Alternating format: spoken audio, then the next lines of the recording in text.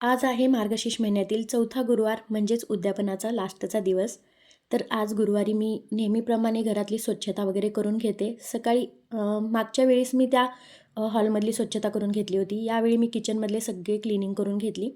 Dining टेबलवरचे cover वगैरे मी सकाळीच धुवून वॉश केले होते आणि ते झाल्यानंतर ते आवरून नंतर मी सिंपल अशी पूजा मांडायला घेतली. नमस्कार, मी अरुणा मोरे चॅनलमध्ये तुमचे सर्वांचे खूप खूप मनापासून स्वागत करते.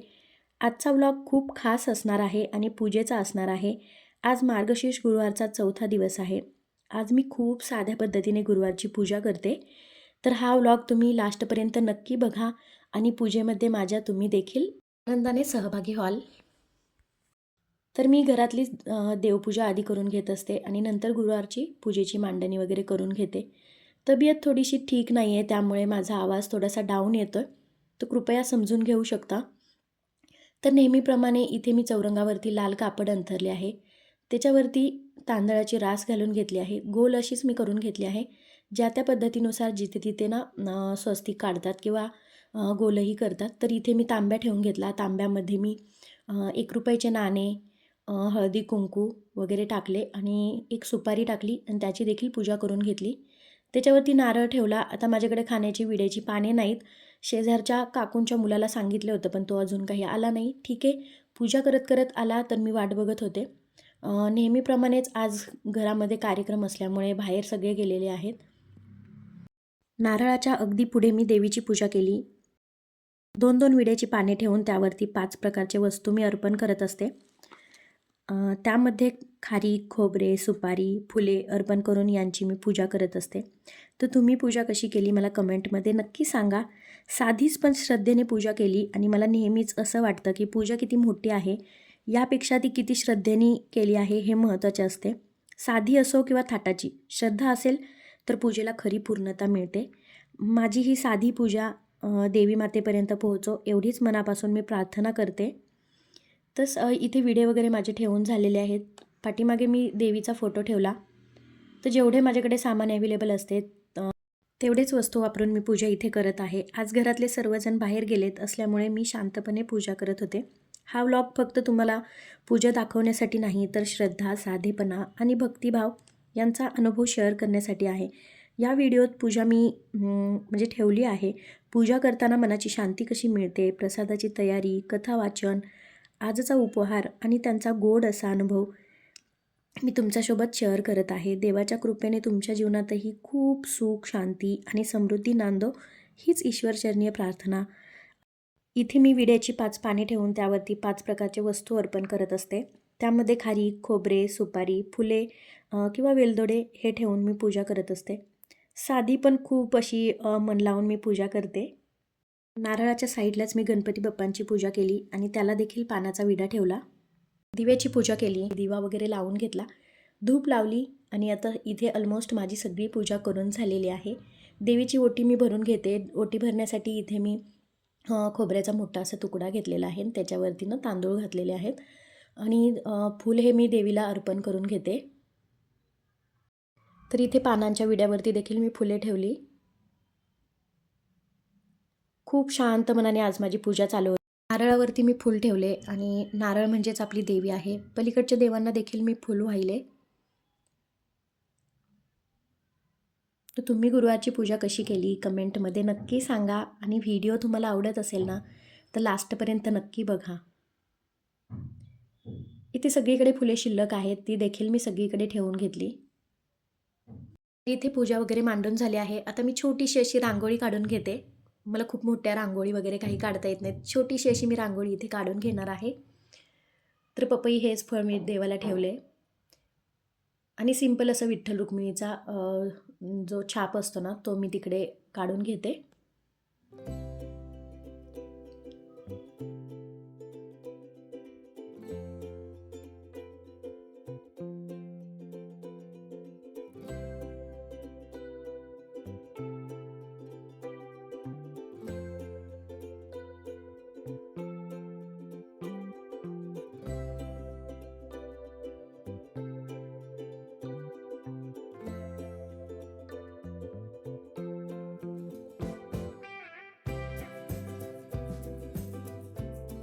सिंपल अशी रांगोळी मी काढून घेतली.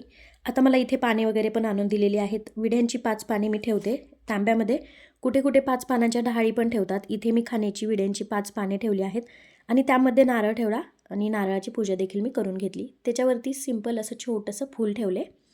प्रसादासाठी दूध ठेवले. पुस्तकाची पूजा वगैरे करून घेतली आणि आता मी कथा वगैरे वाचून घेते. रांगोळीवरती हळदी कुंकू वाहिले आणि आता कथा वाचायची माझी राहिलेली आहे.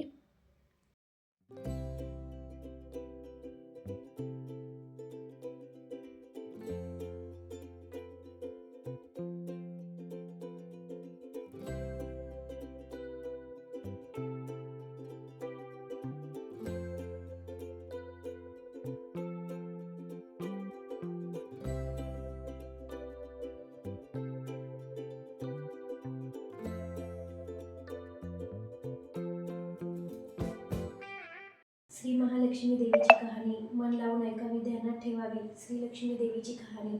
द्वापार युगाची अधिष्ठात्री, सौराष्ट्र देशाची मोहिनी श्री महालक्ष्मी देवी. आटपाट नगर होतं. नगराचा एक राजा होता. त्याचे नाव होते भद्रश्रवा. तो दयाळू, शूर, प्रजादक्ष होता. देवा ब्राह्मणांना, साधू संतांना सुखवीत होता. राजाच्या राणीचं नाव सुरचंद्रिका होतं. नाव चांगलं पण स्वभावात अहंकार. मागील जन्मी ती एका वैश्याची पत्नी होती. तिचं नवऱ्याशी भांडण होई. भांडणानं वैतागली. रागानं घराबाहेर पडली. चालत होती अनवाणी रानातून. तिथं तिला दिसल्या सुवासिनी. त्या करीत होत्या लक्ष्मीचं व्रत. ते तिनं पाहिलं. त्यांच्याबरोबर तिनंही व्रत केलं. दुःख विसरली, दारिद्र्य गेलं, परिस्थिती सुधारली, देवीची भक्ती फळाला आली. कालांतराने ती मरण पावली. पुढे तिचा पुनर्जन्म झाला. स्त्रीचाच जन्म पुन्हा मिळाला. पण भाग्य उजळलं. भद्रश्रवा राजाशी तिचा विवाह झाला. ऐश्वर्यात लोळू लागलं. गर्वानं ती फुगली. गरिबांना विसरली. तोऱ्या टाथ्यांच्या मुली दासदासींवर रागवली. एकदा काय झालं, देवीच्याही मनात आलं, राणीला आपण भेटावं, मागच्या जन्मीची आठवण द्यावी, ओळखते की नाही हे बघावं. राणी राजवाड्यात सुखाने राहत होती. राजेही कौतुक करी. तिचे लाड पूर्वी. त्या दोघांना पुढे 7 पुत्र आणि 1 कन्या झाली. कन्येचं नाव होतं शांबाला. एके दिवशी काय झालं, देवीनं म्हातारीचं रूप घेतलं. फाटकं वस्त्र नेसली. माथी मळवट फासला. हाती काठी टेकली. काठी टेकीत राणीला भेटायला आली. तिनं आरोळी दिली. अरे, आहे का घरात कुणी? कुणी घास देईल का? दासी बाहेर आली. म्हातारी दारात दिसली. तिनं विचारलं, कोण ग तू? आलीस कुठून?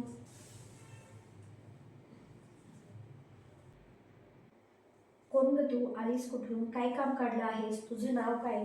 नाव कोणतं? तुला हवंय काय? मधून मधून खोकत हळू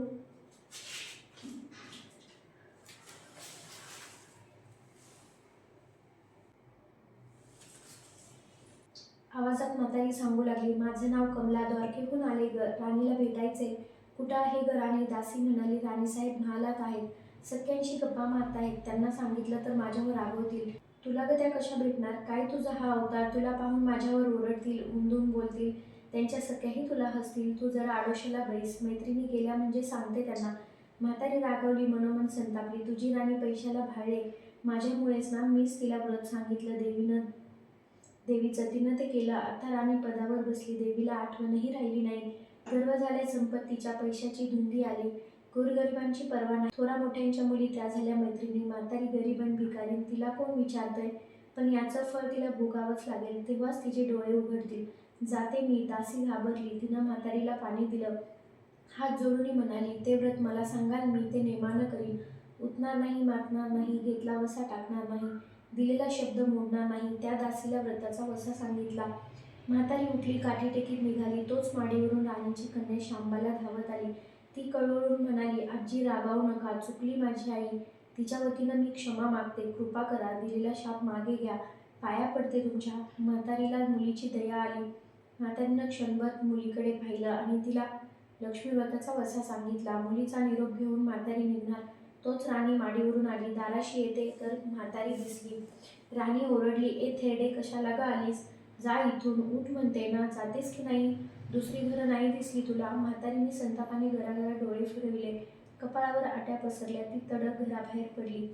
दासीनं लक्ष्मीव्रत केलं. तिची स्थिती सुधारली. दासी पण गेलं. संसार सुखाचा झाला. पुढं मार्गशीर्ष महिना आला. पहिल्याच गुरुवारी शांबालेनं लक्ष्मीव्रतास सुरुवात केली. सगळे नेमधर्म पाळले. 4 गुरुवारी तिनं लक्ष्मीव्रत केलं. शेवटच्या गुरुवारी यथासांग उद्यापन झालं. राजवैभवातील शांबालेला राजवैभव मिळालं. हा होता लक्ष्मीव्रताचा प्रभाव. सुखासमाधानाचा संसार चालू होता. भद्रश्रवा अन सुरचंद्रिका राणीचे मात्र भाग्य फिरले.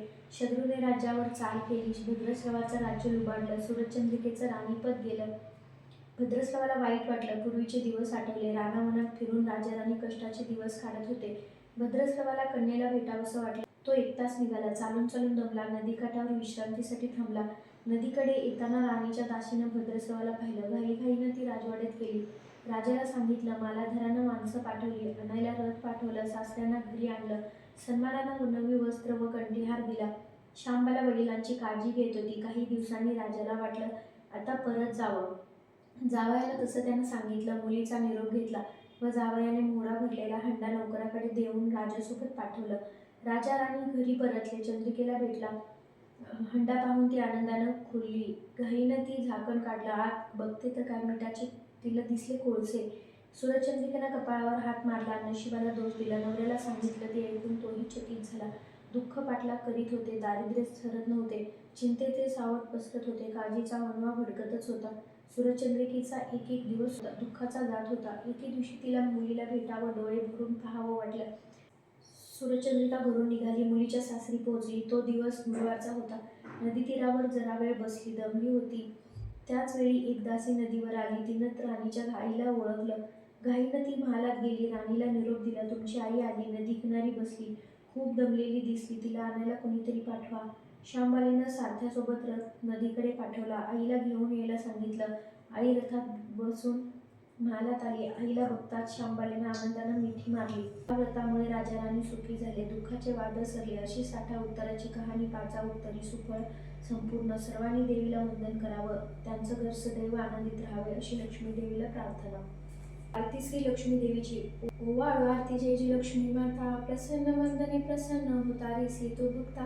पूर्वजन्मीची व्रत पुण्य वैभव राणीला. गर्वधनाला तिला विसरली लक्ष्मी मातेला.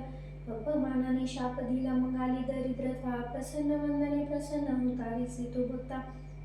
व्रत केल्याने प्रसन्न झाली देवी राणीला. देणे दुःख ते दूर करून मन निर्मल झाले. श्यामबाला दासीलाही पावन हो माता. प्रसन्न वंदने प्रसन्न होता रे तो भक्ता. गुरुवारी हे व्रत जे करी ती नेमधर्म धरुनी. मनोकामना पूर्ण करिले अवटी तेव करणी. केळकर गुरुजी रम लागून गाता गाता. प्रसन्न वंदने प्रसन्न होता रे तो भक्ता. सुख करता दुःख हरता वार्ता विघ्नाची हो वार्ता विघ्नाची. पूर्वी पूर्वी प्रेम कृपा जयांची. सर्वांगी सुंदर विठुशेंदुराची हो विठुशेंदुराची. कंठे जळके माळ मुक्ता फळांची. जय देव जय देव जय मंगलमूर्ती. दर्शन मात्रे मान कामना पूर्ती. जय देव जय मंगलमूर्ती हो श्री मंगलमूर्ती.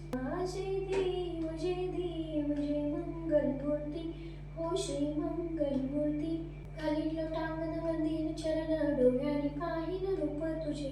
प्रेमे अलंकन आनंदे पूजन भावे. ओवाळीन म्हणेन मग त्वमेव माता पिता तमेव. तमेव बंधू सखा तमेव. तमेव विद्यागमन तमेव. तमेव सर्वं मम देवदेव. कायेन वाचा मनसेन्द्रियोवा बुद्ध्यात्मतः प्रकृती स्वभाव. करोमि यज्ञं सकल परस्मै. नारायणायेति समर्पयामि. उचितं केशवं रामना नारायण कृष्ण दामोदरं वासुदेव हरि. श्रीधरं माधवं गोपिकावल्लभं. जानकीनायकं रामचंद्र भजे. हरे राम राम राम हरे हरे. हरे कृष्ण कृष्ण कृष्ण हरे हरे. कथा वाचली, आरती केली. अशा प्रकारे आजची पूजा भक्तिभावाने संपन्न झाली. आज घरातील सर्वजण बाहेर गेले असल्यामुळे उद्यापन करता आले नाही. मार्गशीर्ष महिन्यातील महालक्ष्मी पूजा आपल्याला शिकविते की घर आणि मन दोन्ही स्वच्छ ठेवणं फार गरजेचं आहे. श्रद्धा आणि साधेपणाने केलेली पूजा देवतेला आवडते. हीच साधी शिकवण आपल्याला खूप प्रसन्न आणि सुख आणि शांती देते. जर तुम्हाला हा व्हिडिओ आवडला तर नक्की लाईक करा. तुमचा गुरुवार पूजा अनुभव कमेंटमध्ये शेअर करा. सबस्क्राईब करा जेणेकरून आणखी स्पिरिच्युअल आणि लाईफस्टाईल ब्लॉग तुम्हाला बघता येतील. व्हिडिओ तुम्हाला आवडला असेल तर लाईक करायला विसरू नका. भेटूया अशाच नवीन एका ब्लॉगमध्ये. तोपर्यंत बाय.